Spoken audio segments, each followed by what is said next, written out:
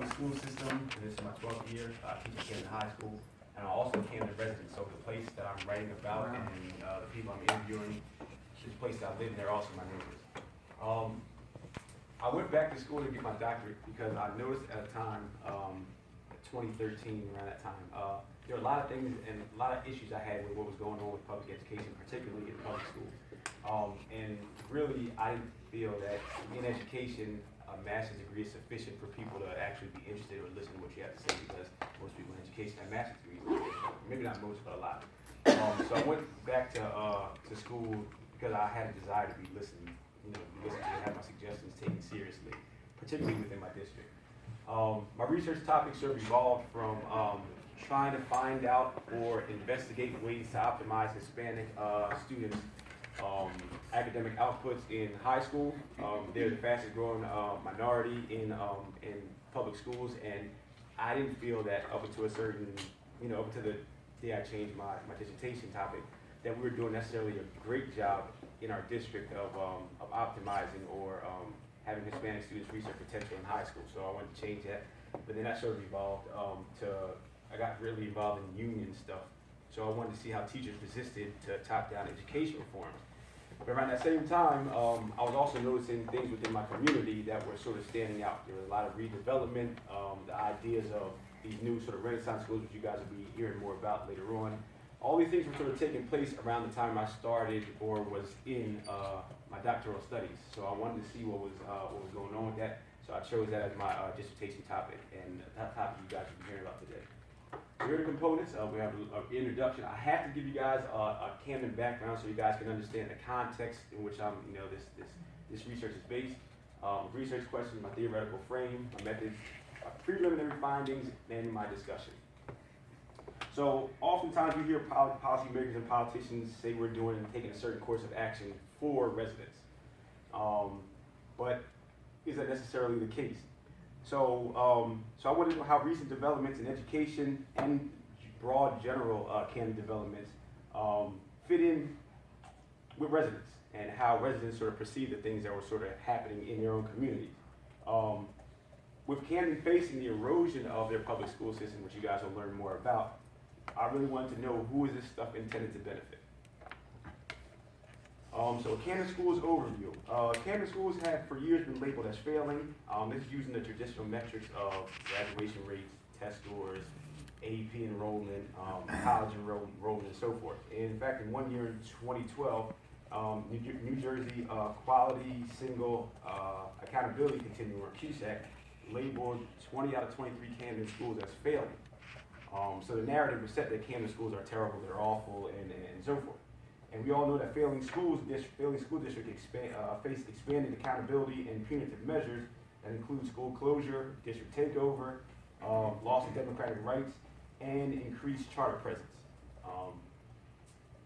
So Renaissance stars in Camden, because it's important to understand the distinction between Renaissance schools versus charter schools. So Renaissance schools in New Jersey was established with the 2012 HOPE Act that was passed by the legislature. And what this did was this legislature established and sort of imposed charter schools, specific sort of CMO-ran charter schools in Camden, Trenton, and Newark. The only difference is Camden is the only municipality out of those three to actually act on the Renaissance schools. And that was one thing that sort of piqued my interest, like why is Camden so different?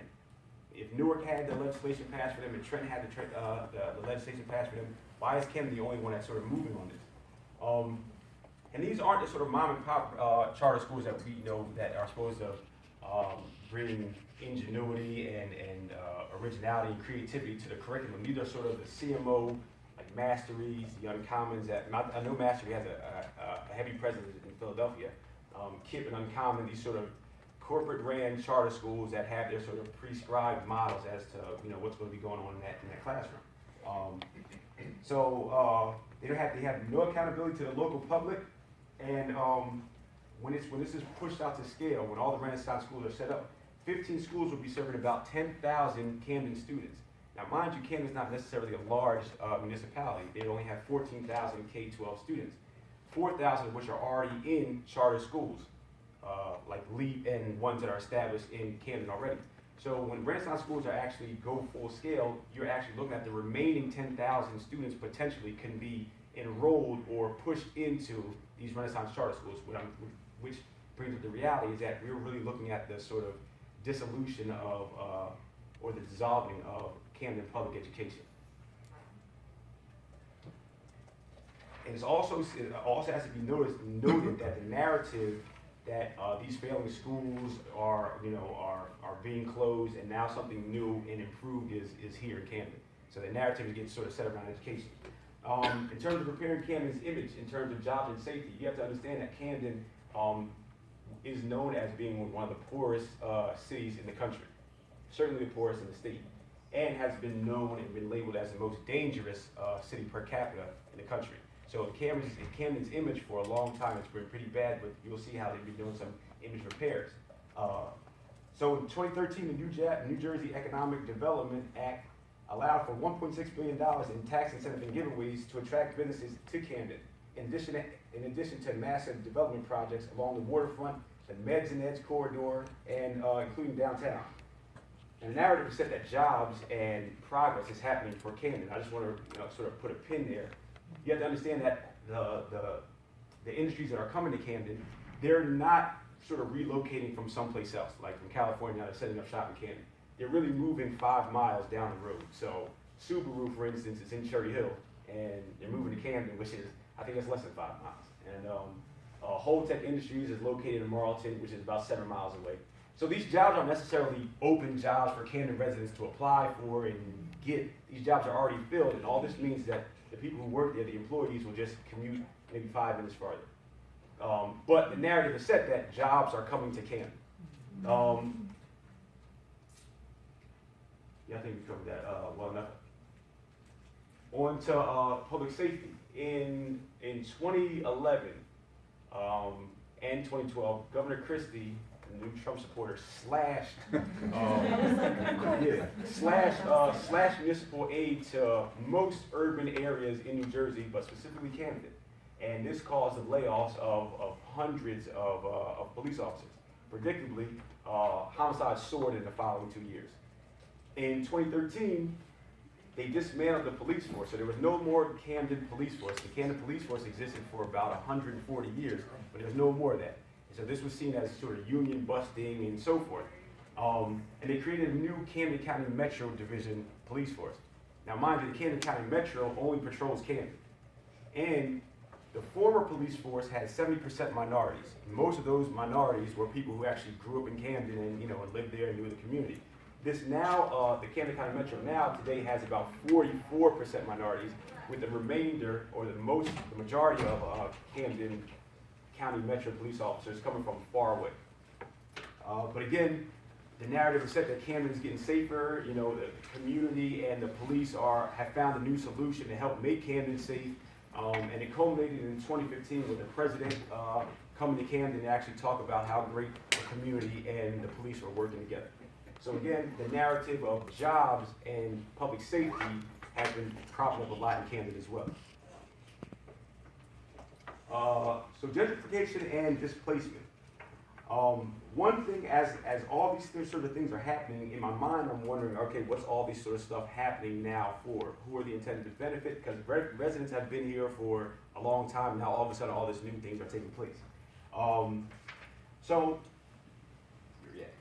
Not only are cities like Camden trying to revive through attracting businesses, but they're also trying to revive and bounce back by attracting new people, middle-class millennials, and white folks. These folks are more receptive to urban living, as we see that gentrification actually is happening all across the country because unlike their parents before, middle-class millennials, middle-class white millennials the cities seem cool again, and no longer do they have necessarily this uniform desire to leave the cities and go out to the suburbs with the picket fence and all the space, but now cities are actually a lot more inviting and they're interested in being a part of it. And for a long time, it's been believed that the reason why it's been hard for urban areas to bounce back is because once middle-aged millennials had children, they didn't want their kids going to these sort of poor, failing public schools, and they chose the suburbs for the school system, which is that's a popular belief that we commonly hear. but we'll see a little bit more about that as we go forward. So when we had a change in school system or the delivery of public education in urban areas through charter schools, we actually see that it is possible to attract people who are not necessarily open to living in urban areas, to pull them back into urban areas through charter schools and alternative means of using public education. Unfortunately, what this often yields is displacement for residents who have already lived there. And in Camden right now, the municipal tax rates have risen 24% since 2010 and 33% since 2005. Now mind you, this is one of the poorest areas in the country. And the average rent, the average apartment, the average home you guys will see on Craigslist goes for about $1,200 now, and it's rising.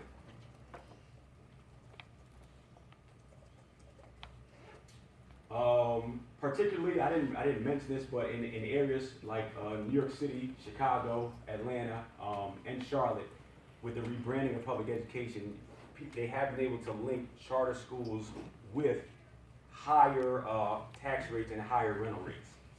So, what sort of seems like sort of anecdotal or supposition, we've actually seen in certain areas that is true, that within central cities, the presence of charter schools as a school choice mechanism can help attract millennials and does raise property rates and tax revenue. So just a brief sort of recap of the Camden timeline. I had to give you guys all this before I got into the research. So the HOPE Act was passed in 2012, which established the Camden Renaissance Schools. The sort of expansion of meds and eds and city acquisitions of downtown properties in 2013. The NJ Development Act and Grow, New Jersey, which brought all those, what flooded Camden with all this sort of outside investment in 2013.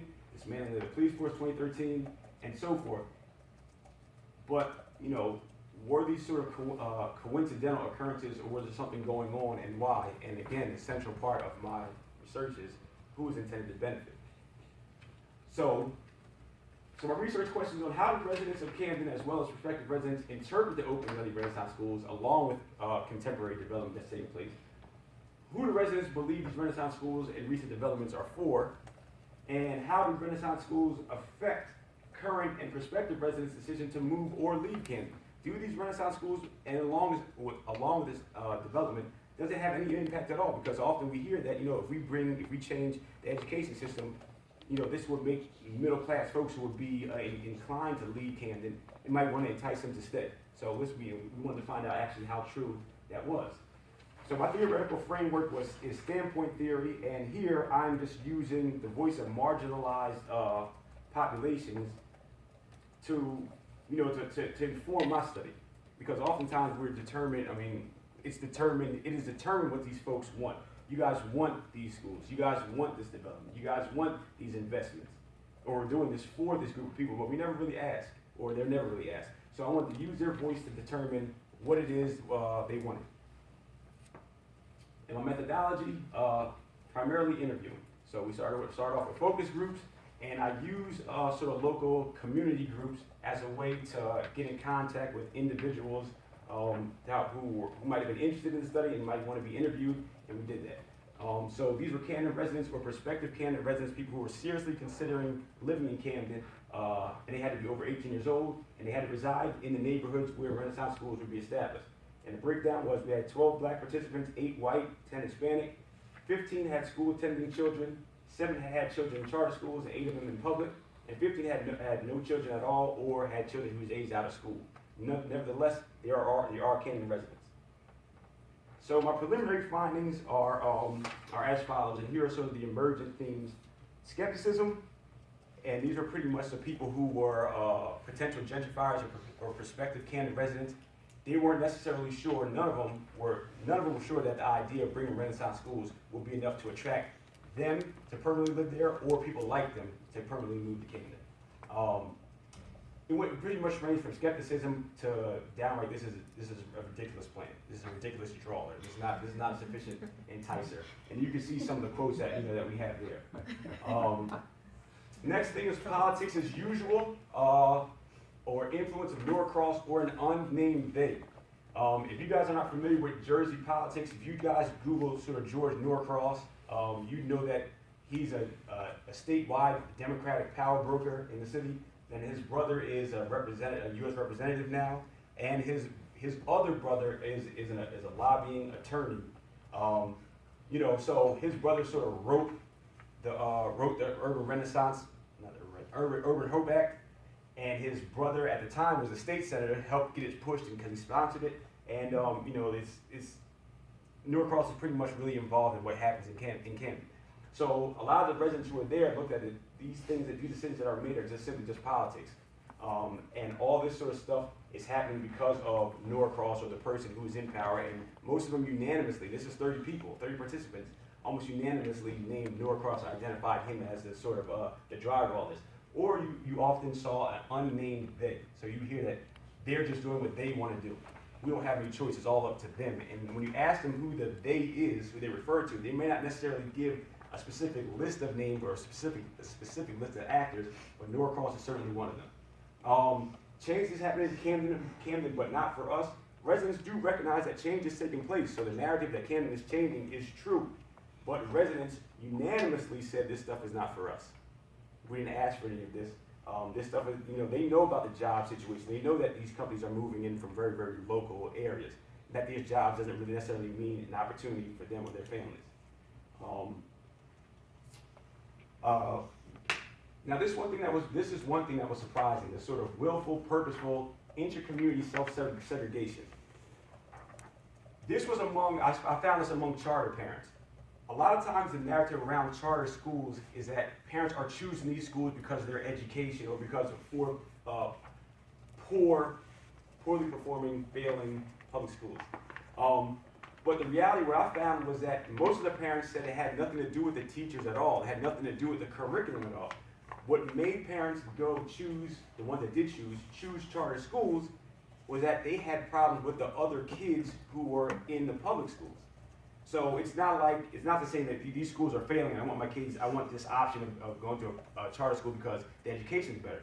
It was that this public school in and of itself would be fine if it weren't for the other kids and their parents not knowing how to act and their parents not being invested and those other kids disbehaving or misbehaving in class. And I don't want my kid around that, so I want them to go someplace else where that stuff is not tolerated and where a kid can get kicked out if they were to do these certain behaviors. And that seems to me to be particularly problematic, especially in public spaces, when we start sort of cut off who it is our kids and kids should and should not sort of associate with, again, in public spaces. And then there was the Camden High outlier, meaning that parents were not okay. They were more tolerant of the Renaissance charters taking over certain elementary and middle schools, but not Camden High School, because Camden High School seemed to be unanimously the school where people had an emotional attachment to, in a sense where you didn't see that happening with the elementary schools or middle schools that had been taken over themselves. So you heard parents say, if you heard people say, if they take over Camden High School, then it'll be a riot, or they would never be that stupid as to take over Camden High School. Camden High School specifically was the one school that kept being referenced as this is the one they had better not touch. And finally, establishing roots within the Camden community. This is among sort of the potential gentrifiers or prospective residents.